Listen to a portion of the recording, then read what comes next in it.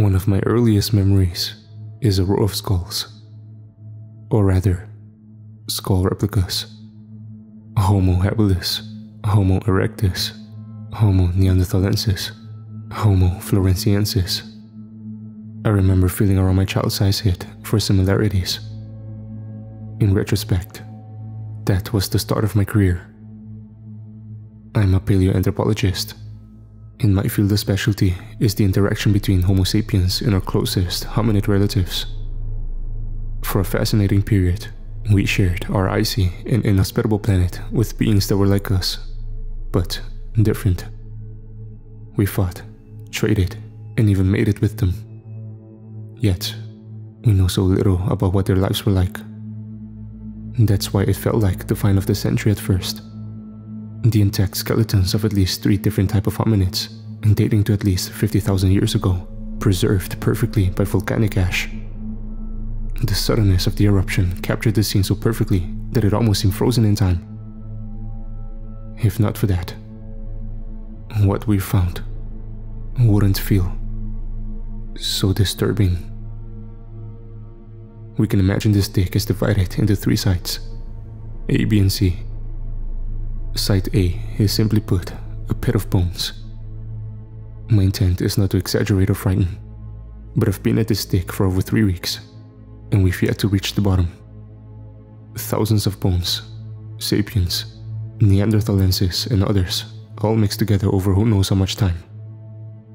Many of the bones show evidence of being chewed on, as though the flesh had been stripped from them shortly before their deaths. That's Site A. Then, there's Site B. This area consists of a single large stone and 5 hominid skeletons, 2 Homo neanderthalensis and 3 Homo sapiens. Their positions, as well as surrounding artifacts, such as the remains of hide cord, suggest that all 3 were bound hand and foot, then heaped up in preparation for something.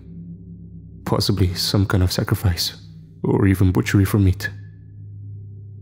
Finally, Site C consists of the remains of 1 male Homo sapiens, 1 female Homo neanderthalensis, and 1 set of remains yet to be identified. Although these are far from scientific terms, I like to call this one the action scene. The unidentified hominid appears to have been attacked by the other 2, who, judging by the hide core remains around their wrists and ankles, were attempting to escape. Their desperate attack appears to have failed just before the entire scene was preserved in ash. The female Homo neanderthalensis suffered a shattered wrist and 2 broken ribs. A broken flint axe was found near the male Homo sapien, whose spine had been snapped near the neck. While I dusted off and arranged the bones of the 3rd unidentified hominid, I couldn't help but wonder, did you do this? The 3rd hominid found at Site C is quite frankly like nothing we've ever seen before. At first, I thought I was looking at a standard Homo sapien, until several things stopped making sense.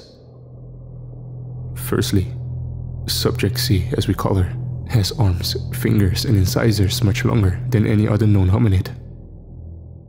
Secondly, her bones themselves appear changeable. Her still sharp incisors could have been retracted, likewise for her freakishly long fingers. Even her skull, which, as found, appeared to be more ape-like than hominid, seemed modular. This hominid would have been capable of rearranging her facial features if she had wanted to. Subject C could have changed her appearance to look like an ordinary human.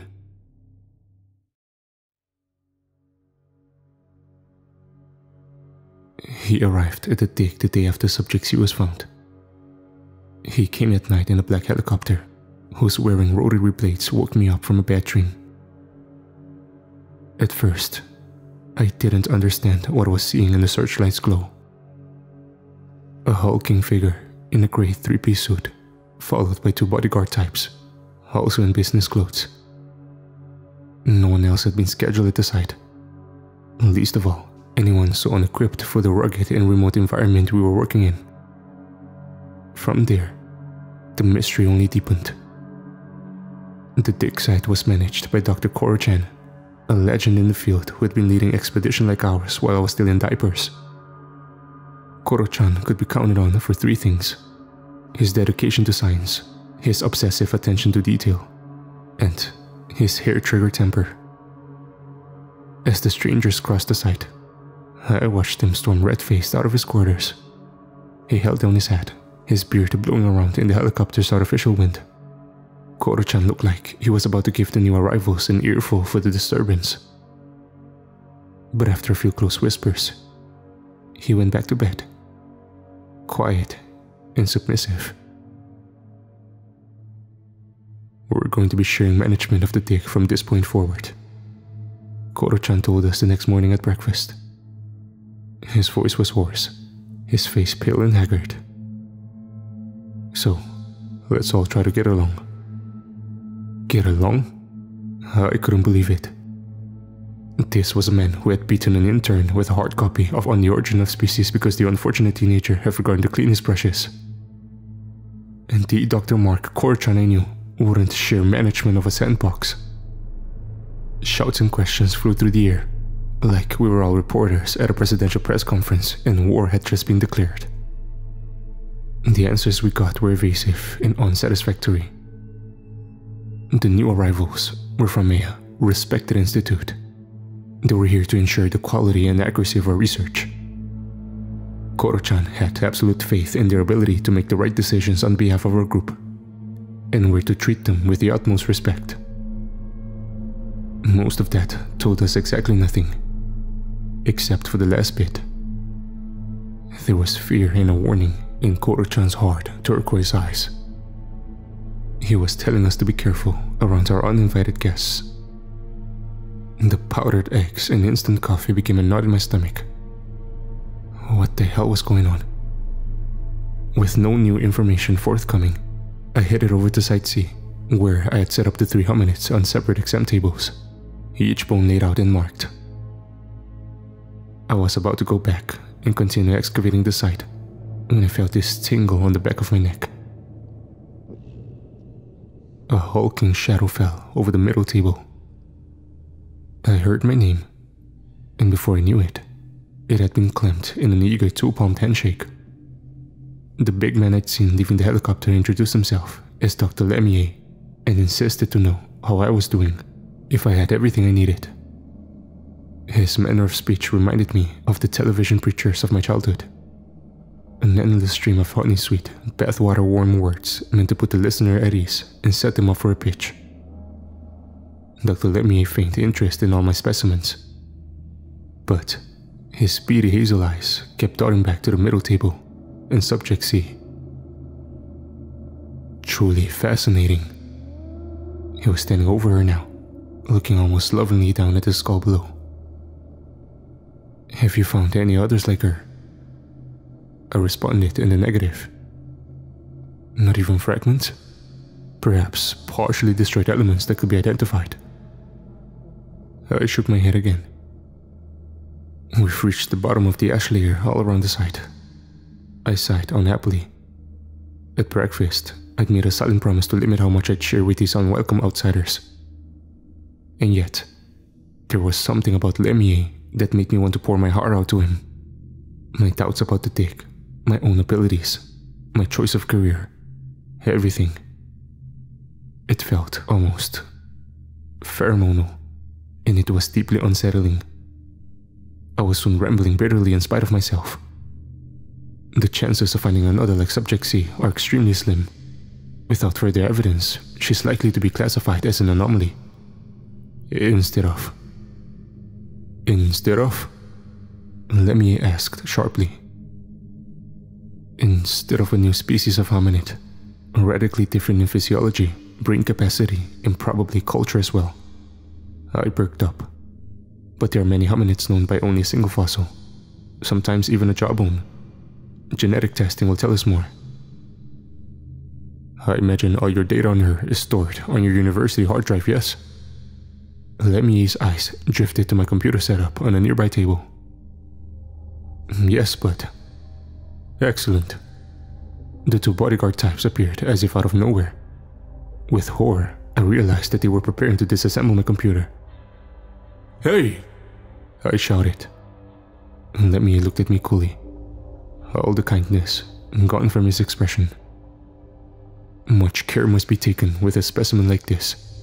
Such an incredible find must be stored in the best facilities and studied by top experts in the field. Wouldn't you agree? Are you questioning my professionalism? I stammered. I couldn't believe it. Weeks of work, the crown jewel of my research. Subject C is my find. She belongs to. This site and everything in it belongs to your university doctor, who funded the take. I have here a signed agreement granting me custody of Subject C and all relevant findings. I snapped the paper out of Lemmy's hands, a petulant gesture of helpless rage. I didn't have a leg to stand on, and Lemmy knew it. The fine print was just a nail in the coffin. My coffin. I was counting on this dick, this publication. I understand how upsetting this must be for you, Lemmy commented, like we were discussing the weather instead of my life. But I'm convinced that in time, you'll see that it's for the best. Although I couldn't remember the last time I cried, I felt hot tears welling up in the corners of my eyes. It wasn't fair. You're concerned about what research you can present from this dick, I'm sure. Publish or perish, isn't that the saying? Lemmy clapped me on my shoulder. Well, no need to worry. Your cooperation today won't be forgotten. Who knows? You might see renewed interest in your older publications. Maybe even a book deal. Who knows what your future might hold? If you keep your mouth shut. Although the threat was only implied, it came across crystal clear. Even so, a vague sense of calm flooded through me. I felt drunk, even a bit dizzy. Maybe this was the right thing to do after all. Lemmy would take care of everything. With his big, strong hands and wise eyes, he was a man to trust.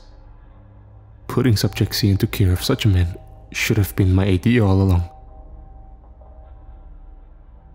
Wait, this was all Lemmy. I was sure of it. Somehow he was manipulating my emotions. But there was a problem. A fly in the ointment.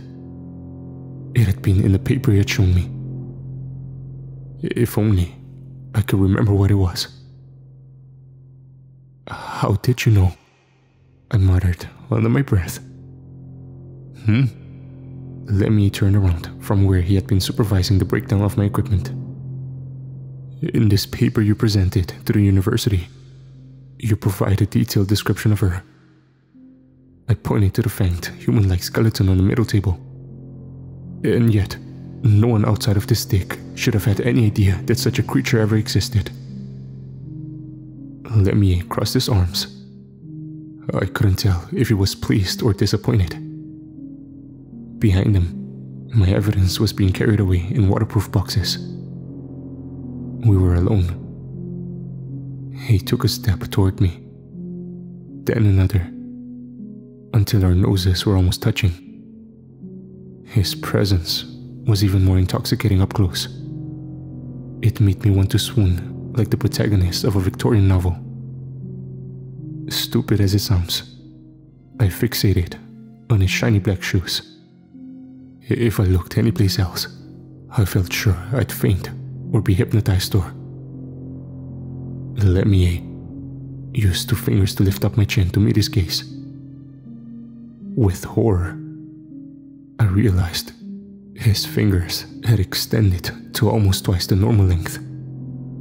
His face broke and shifted until I was looking at something with long incisors, ape-like eyes, and movable features. In short, something very much like Subject C. Then it smiled.